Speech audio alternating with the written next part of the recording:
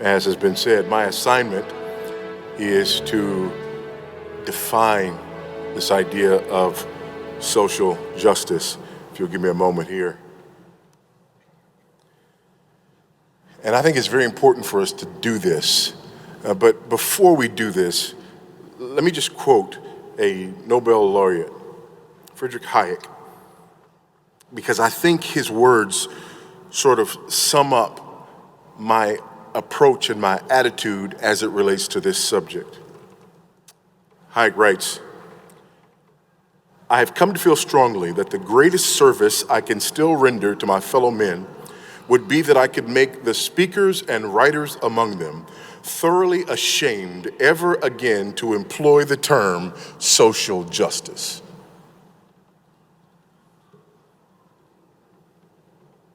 I think that is a worthy goal, to make speakers and writers everywhere ashamed to ever again use the term social justice. And why? Why would I want to do that? Well, let me quote someone else who's not a Nobel laureate, but insightful nonetheless, Inigo Montoya. You keep on using that word. I do not think it means what you think it means. The biggest problem with the concept of social justice, with the word social justice, with the terminology of social justice, is that it doesn't mean what we think it means.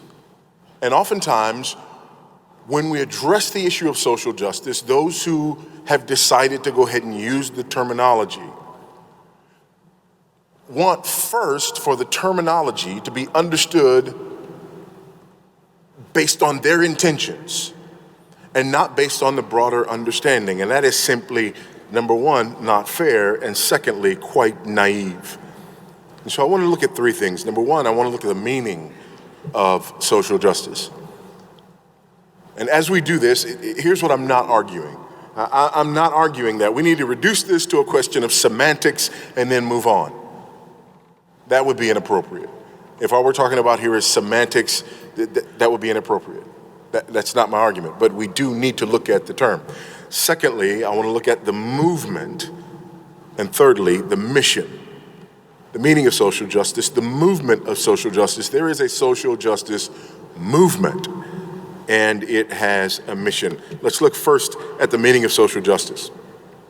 Kevin DeYoung, in a very insightful article, "Is Social Justice a Gospel Issue?" writes this: "Social justice is a nebulous term, unassailable to some and arousing suspicion in others." DeYoung goes on in his article to say that if this is what you mean by social justice, then no, it's not a gospel issue. But if this is what you mean, then yes, we can agree that it's a gospel issue. The only problem is that social justice actually does mean what DeYoung posits in his first argument, and not that which he agrees with in the end. William Young writes, "While often an amorphous term, social justice has evolved generally to mean state redistribution of advantages and resources to disadvantaged groups to satisfy their rights to social and economic equality." I'll say more about that as we go along, but let me just sort of unpack that for a moment. Social justice has evolved to generally mean state redistribution of advantages and resources to disadvantaged groups. Advantages, resources, groups. Those are incredibly important words, to satisfy their right to social and economic equality, their right to social equality and their right to economic equality. Here's why this becomes problematic. God demands justice. Amen?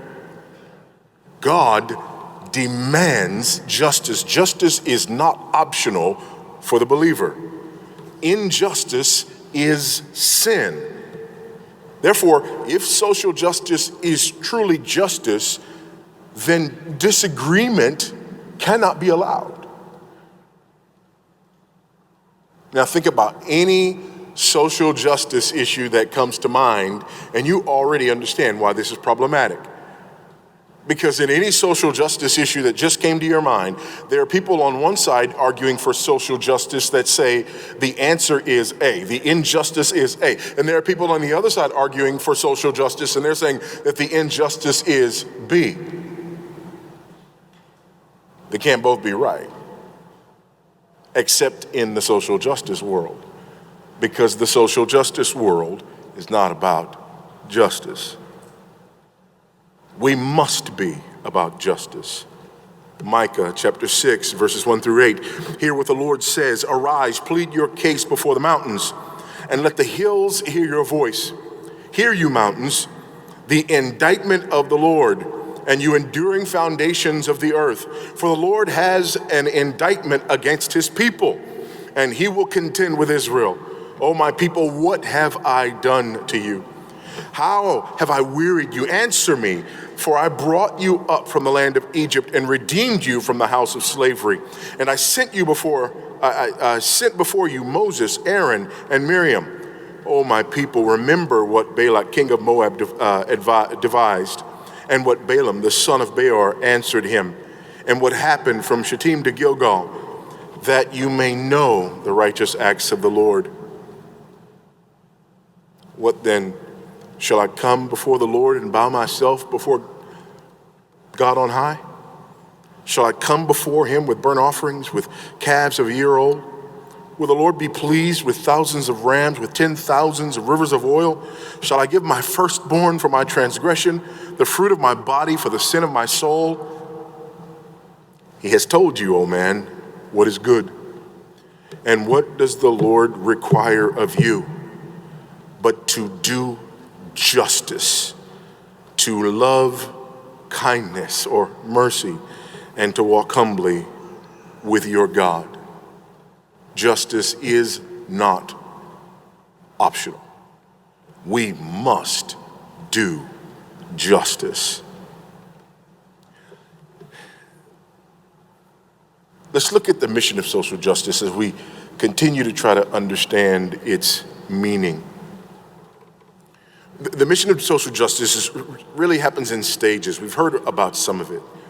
Number one, identifying disadvantaged groups. And it's important to understand that social justice is not about the individual, it's about the group. And this is why, you can say as much as you want about an individual having success. But the issue is not individuals who have success or whether individuals can have success. Hooray, there was a bi-ethnic man who was the president, right? But again, that does not negate the issues inherent to the group as a whole. And so the mission of social justice first is to identify disadvantaged groups. And I say groups and not minorities. Often we talk about disadvantaged minorities, but that is not the case. And you need only one example to prove that that's not the case, and that example is women. Women are more than 50% of the population. They are a majority. However, women are considered, for the sake of social justice, a disadvantaged minority.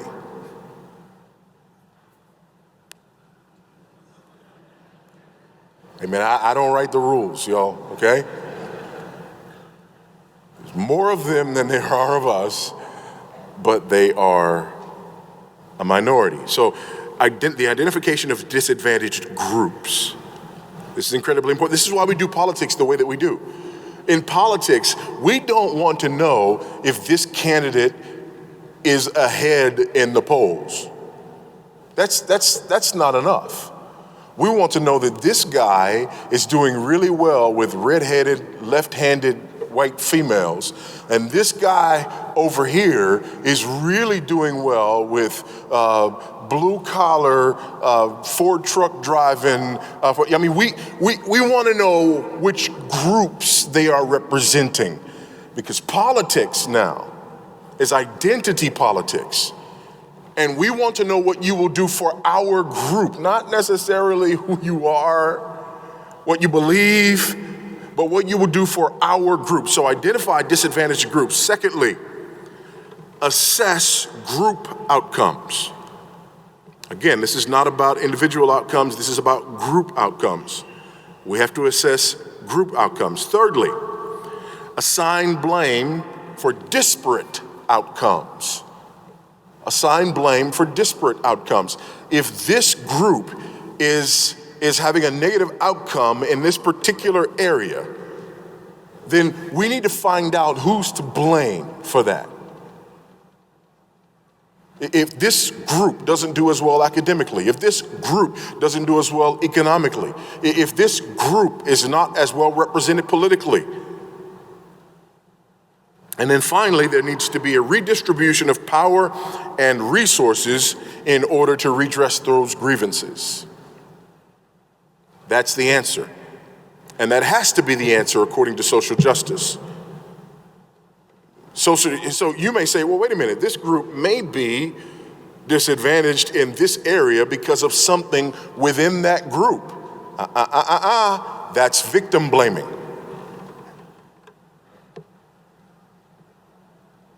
Yeah, but there could be statistical reasons. I don't want to hear about your statistics. You're blaming the victim. The answer is a redress of grievances. That's the ideology of social justice. Listen to this from John Rawls in his book, A Theory of Justice, really a seminal work on the topic. He writes, since the principle for an individual is to advance as far as possible his own welfare, the principle for society is to advance as far as possible the welfare of the group. Social justice is the principle of rational prudence applied to an aggregative conception of the welfare of the group. The welfare of the group. Another author puts it this way: as I see it, social justice requires resource equity, fairness, and respect for diversity, as well as the eradication of existing forms of social oppression. Social justice entails a redistribution of resources from those who have unjustly gained them. And by the way, all of those who have them are assumed to have unjustly gained them unless they are a member of an aggrieved minority group.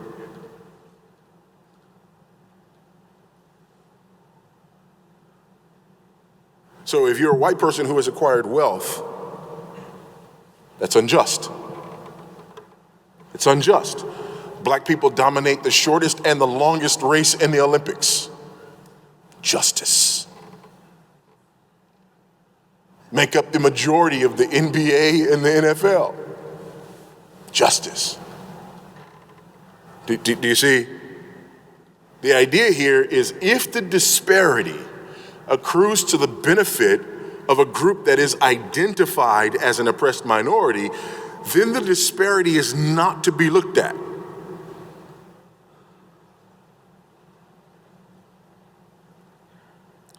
Social justice entails a redistribution of resources from those who have unjustly gained them to those who justly deserve them. And it also means creating and ensuring the processes of truly democratic participation in decision-making. It seems clear that only a decisive redistribution of resources and decision-making power can ensure social justice and authentic democracy. Redistribution. That's the goal. Redistribution of both resources and of power. Redistribution from those who have gained them unjustly to those who actually deserve them. And here's what's interesting. We're talking about groups. So what that means is we're not saying that you were unjust. I mean, you could have worked hard. In fact, you could have come from nothing, from less than nothing, pulled yourself up by your own bootstraps, worked from the bottom of the ladder all the way to the top. You can be a self-made man. But if you're a self-made man, the determination of whether you have it justly or unjustly has nothing to do with how you got there and has everything to do with what group you belong to.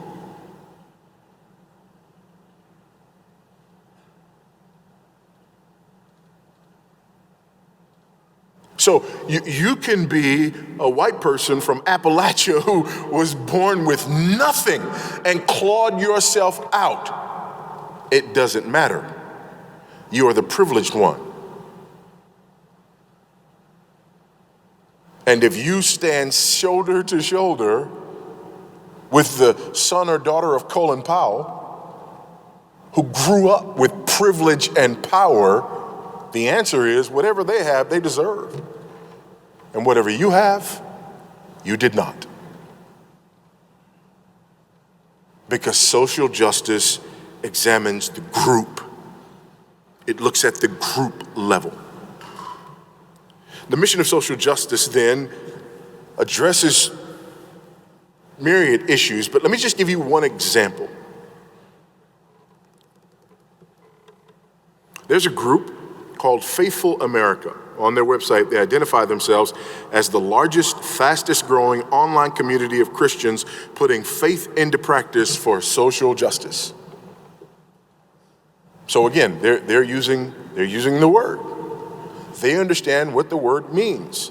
By the way, if you just look at the Oxford Dictionary of the English language, they agree. Social justice is distributive justice.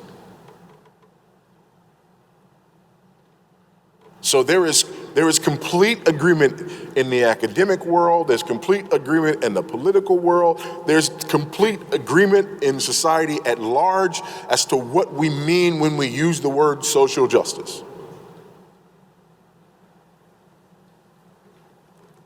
Faithful America has on their page some of their victories and exploits in fighting for justice.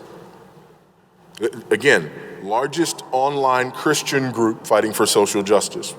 What have they accomplished? Well, they fought back against Hobby Lobby. That's number one on their list. They fought back against Hobby Lobby. Why did they need to fight back against Hobby Lobby? Because Hobby Lobby was fighting for the oppression of minorities who are not minorities. Okay. Convinced Google to drop World Vision. Convinced Google to drop World Vision. 3, forced MSNBC to drop the Family Research Council. Are you seeing a pattern here? 4, helped students win justice for a fired principal. The fired principal was a sodomite, openly gay man. They went to war and won justice for this individual.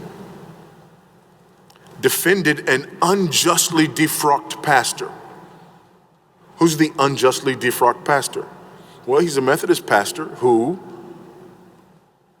against the orders of his denomination, performed a same-sex wedding for his son and his son's partner.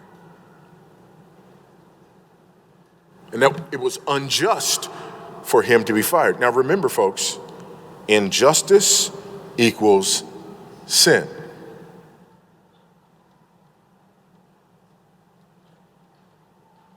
It is a sin not to perform same-sex unions. This is their argument.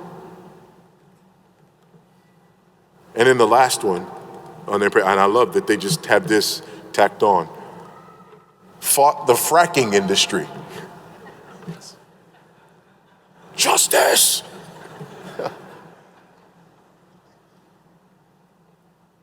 Now, if you think that those don't make any sense, then you don't understand the social justice movement. Let me explain this for you. There are three main areas encompassing the social justice movement. Three main areas. There are others for sure, and we'll talk about some of those, but there are three main areas. The first is minority equality, writ large. Minority equality, okay? The second one is feminism and women's rights. And the third one is LGBTQA plus rights.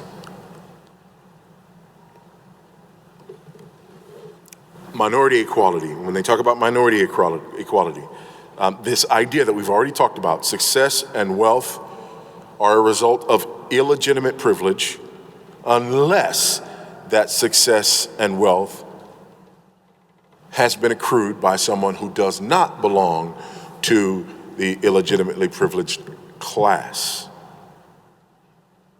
So, for example, Asians are a minority, right? Asians are a minority. However, on college entrance, college admission, they're whooping everybody. Not everybody, they're whooping everybody. That's beyond everybody, right?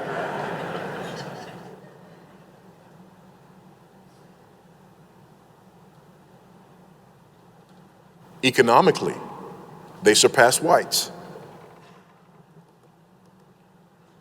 But again, not an issue. Why? Because inequality equals injustice unless it accrues to the benefit of a minority. Or let's say not a minority, but to an oppressed group. Because remember, women are majority, but they are given minority status. Feminism and women's rights. Again, this is another one. It is always part of the argument.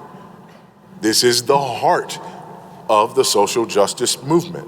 The feminist movement is there. You cannot, and I believe it's naive for those who want to say, on the one hand, well, no, we don't want to promote feminism and we don't want to promote LGBTQA plus rights and all this other stuff. Really, we just want, and we don't even want in on all of the so-called minority equality movement. It's just racial equality, and even specifically there, just black people and white people.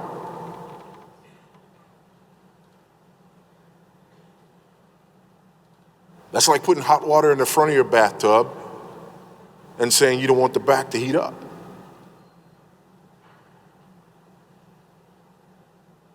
You can't get away from it. And then the third one, LGBTQA plus rights. And by the way, I'm not being funny when I say LGBTQA plus.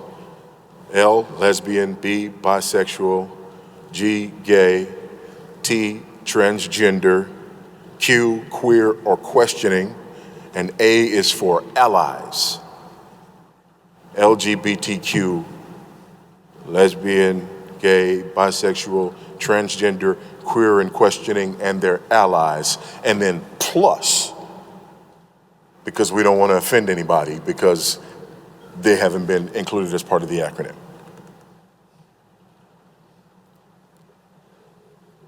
There was a book called After the Ball. You may have even heard me speak about this book. After the Ball, the subtitle is How America Will Overcome Its Fear and Hatred of Gays in the Decade of the 90s. It was written by two Harvard professors, Russell Kirk and Hunter Mattson, one a professor in psychology, the other a professor in marketing. And their book, in their own words, was a propaganda strategy. Their propaganda strategy had three phases. Phase number one, desensitizing. Phase number two, jamming. And phase number 3, conversion. These are also the phases of brainwashing, and they acknowledge this in their book. Desensitizing. What do we do in the desensitizing? Well, you get straight people used to seeing gays, gay people, gay relationships, gay sex, get them used to seeing it. And Kirk and Mattson in the book say, this is the analogy that they use, right? They may have an aversion initially to taking this shower, but eventually they'll get used to being wet. Just bombard them through the media, bombard them through television, bombard them through movies, bombard them through the educational system to where it's just normalized. And here's what's interesting. We've lived in Zambia now for the last 3.5 years, and I come back 3-4 times a year. The family is here. We're on a 2-month furlough, and I've been getting my football fix, the playoffs are going on, and I've been getting some other stuff like that we just, don't even, when I was here, maybe not. Now that I can't do it, man, I need it. So anyway, I'm watching and I'm noticing a number of things. I'm noticing that there are a couple of commercials that I'm seeing, a couple of companies that are running commercials. And I keep seeing these commercials over and over again. One of them is a company that is promoting the sale of jewelry, right? And for special occasions. And there's vignettes of various couples. And in every one of their commercials, there's at least one vignette of a same-sex couple. And again, a lot of the people that I talk to, they go, oh yeah. Why? Because we're desensitized. I mean, it's just there all the time. I've noticed in virtually every football game that I've seen, college football game or a professional football game, there's commercials, and there's always at least one of the commercials that includes a female football player.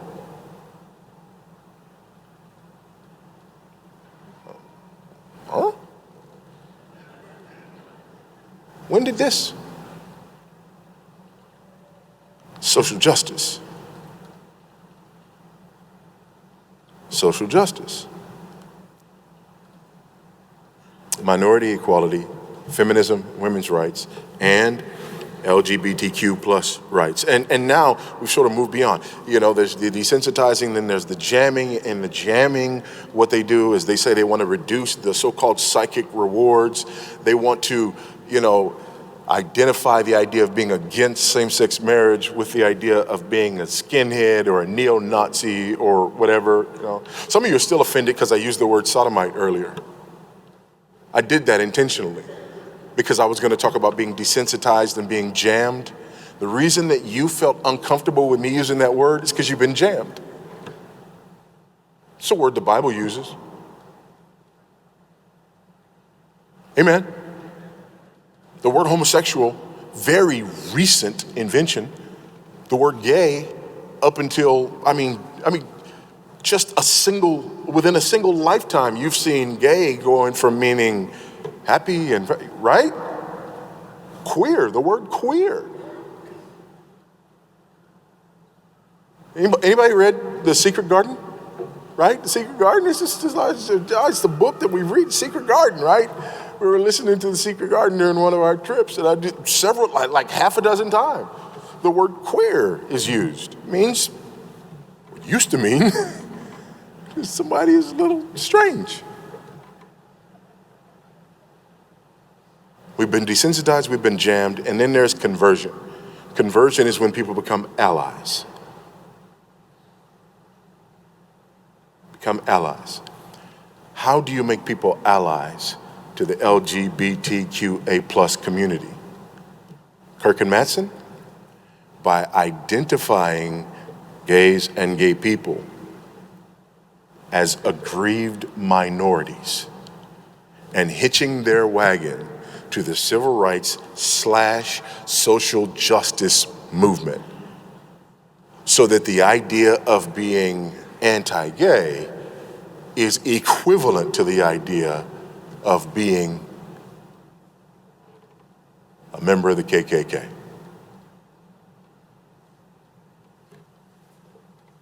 What about other issues? because there are other issues.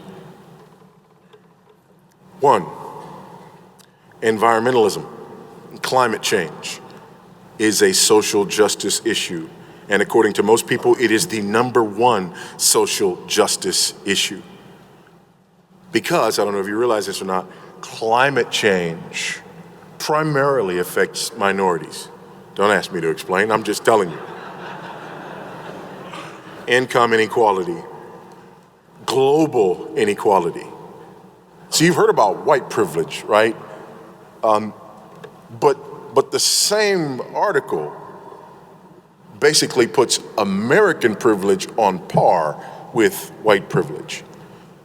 So here it's white privilege. Globally, it's American privilege. So think about social justice in the American context, and then back up and look at the entire world. And America is the rich bad guy who has unjustly acquired his wealth, who needs to be brought to heel and have that wealth redistributed to the rest of the world. How are you going to do that? Go back to #1, climate change. How are we going to deal with climate change? Well, easy. You guys pay.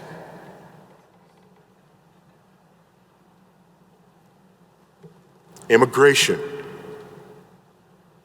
universal health care, animal rights, veganism and vegetarianism, and access to abortion. I want us to look at 2 of these, because some of y'all are like, veganism and vegetarianism? Yes. If I could show you, I'd show you this website. Black veganism rooted in social justice. What does black veganism have to do with social justice? Well, the article goes on to say, for a lot of black people, it's the link between social justice and food access.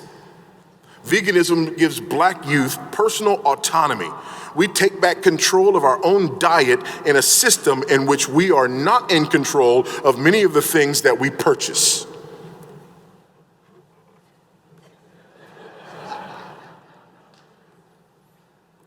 How about the issue of abortion or access to abortion? Women on the Web has an article, Abortion, a Matter of Human Rights and Social Justice. You see, here's the great irony, because there are a lot of people who would argue that abortion is absolutely a justice issue. The murder of the unborn is a justice issue. Amen? And ironically, the murder of the unborn disproportionately affects the unborn who, if they were born, would look like me. It's a justice issue, right? But within the social justice movement, it is access to abortion that's the social justice issue.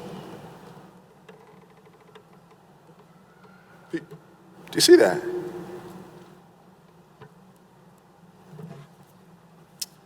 Got less than 2 minutes left. 3 issues here. As far as this terminology goes, there's 3 things we need to think about. #1, clarity. Does using the terminology of social justice give us the greatest clarity? I say absolutely not. Because whenever we want to argue that social justice is a gospel issue, the first thing we have to do is move away from the definition of social justice that everybody already knows. We have to define it in a way that the Oxford Dictionary of the English language doesn't define it. We have to define it in a way that schools of sociology and social justice, yes, Stanford, University of Texas, University of Chicago, a number of schools are offering degrees in sociology and social justice. And the way we define it in order to say this is a gospel issue looks nothing like the way it's being defined in the culture at large. So no, we lose on the clarity issue. The second one is toxicity. I believe it's toxic. It's toxic terminology when you see some of the groups that are using this terminology, who are identified with this terminology. It's toxic. thirdly, necessity. Is it necessary for us to use social justice terminology in order to get at the issues that we're trying to get at? I don't think it is. There are alternatives, and we need to use those alternatives. Finally, the use of this terminology has a chilling effect. First of all, it begs the question.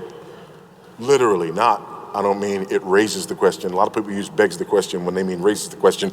That's a whole nother issue of using wrong terminology. But I mean begging the question in terms of debate, right? Arguing facts that are not in evidence. It begs the question. If I say something is a social justice issue, if you and I are having a disagreement and I declare that it's a social justice issue, I've already declared that my position is the high ground. And it confers omniscience upon the person using the terminology, because there could be myriad factors that would explain an inequity. And when I say that is a social justice issue, I'm assuming that I understand all of those factors.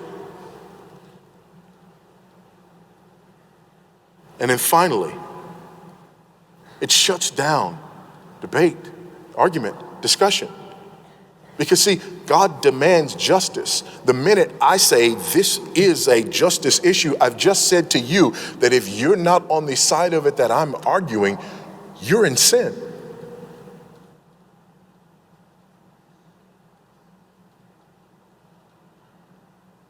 So it has a chilling effect. We got people scared to talk to each other.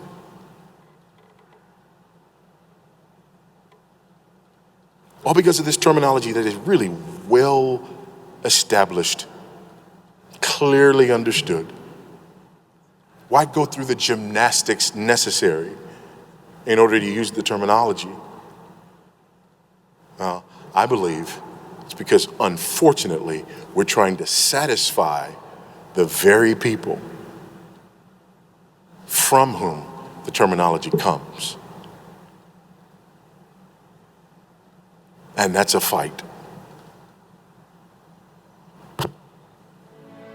worth fighting.